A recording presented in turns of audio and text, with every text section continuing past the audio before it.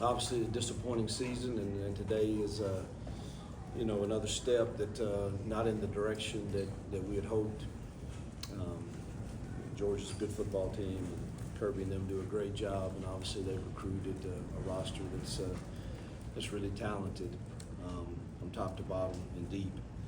And I think they get really good quarterback play who understands the game, and they've got a really good team.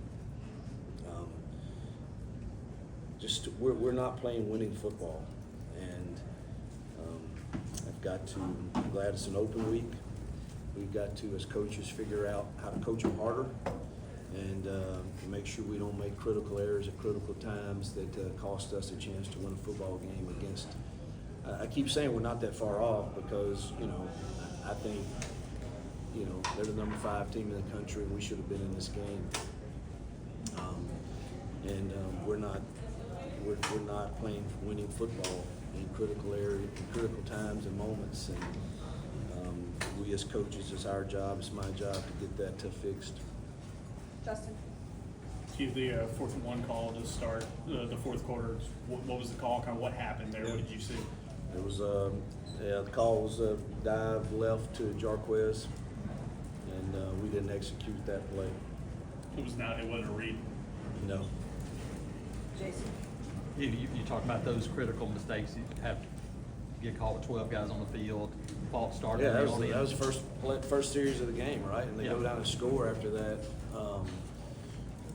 So those are the things I'm talking about that are, man, heck, that's a 3 and out to start the game, man. That's reason to get jacked up and excited, and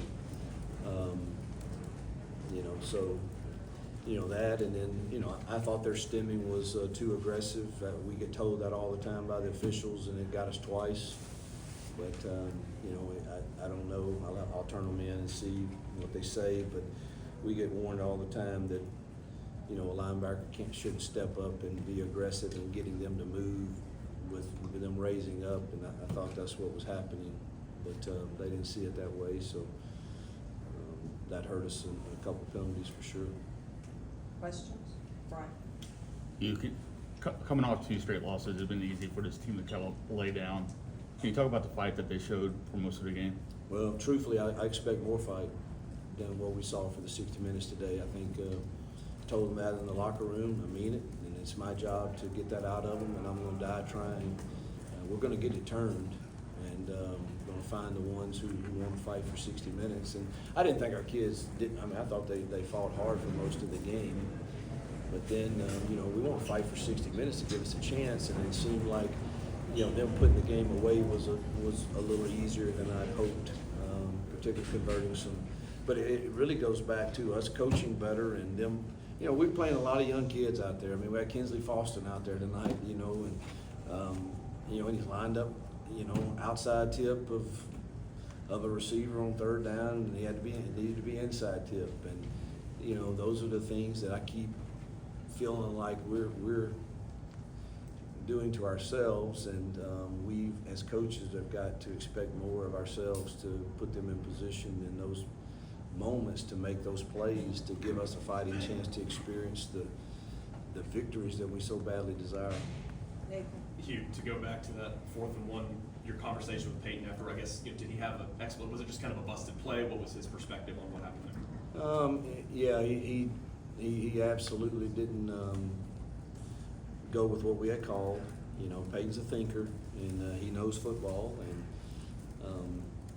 he decided to try to run some type of zone read there, and I think everybody was a little confused, but we definitely weren't on the same page there, and I should have used one of our timeouts there when I saw things were going awry, but it's something we've got to learn from, and again, we've got to coach better to where that's really not an option in that moment in time. That was a big drive, man. We were moving the ball, and so we've got to talk through that one and make sure that doesn't happen again. Go to the back. You called it a disappointing season so far. What is kind of a reasonable expectation or goal for these guys as you look forward to the rest of the season, sitting at 2 and 4? To win every game. I think it's capable.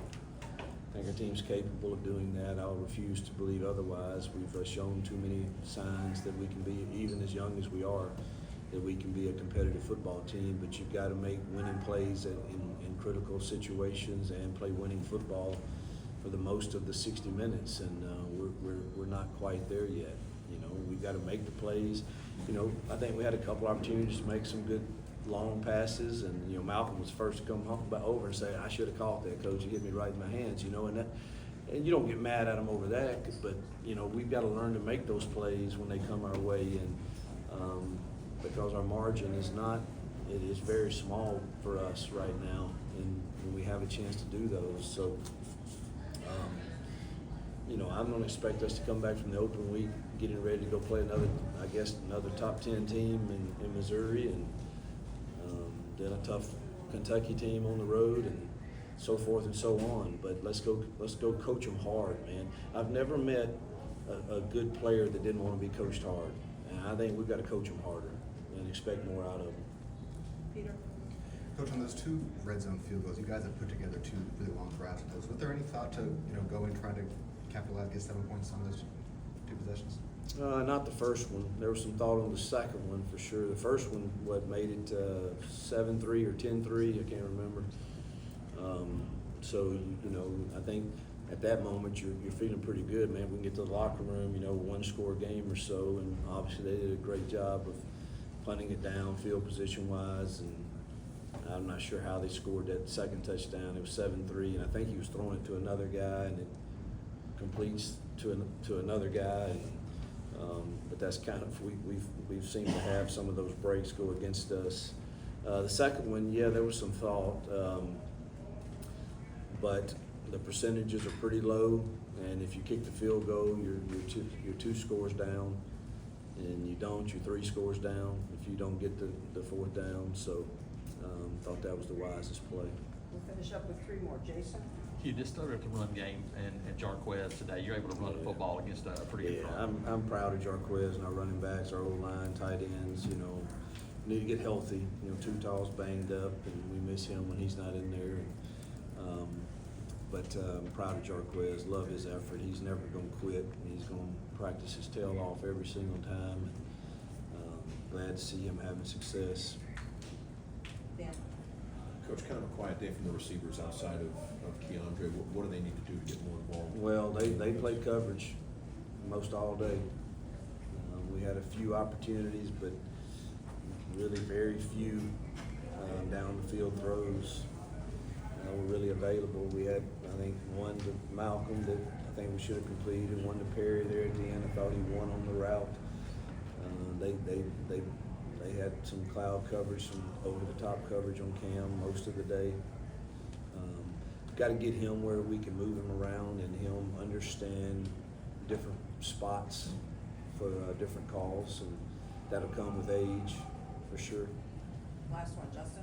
Hugh Keldrick, 2 sacks, 7 tackles, and he kept getting hobbled but played through it in the second half. Just what does he mean to y'all, this defense, and the starting staff? Can't say enough about Keldrick Falk and the leader he is, the young man he is. He's everything you want in an Auburn football player and an Auburn man. And man, he lays it all on the line like Jarquez does. And you know, he needs an off week. He and J-Mac are beat up for sure. They're going to play a ton of snaps, and hopefully he can get healed up and have an outstanding second half. But his leadership's vital to our team. Thank you, Coach. Thanks, Hugh.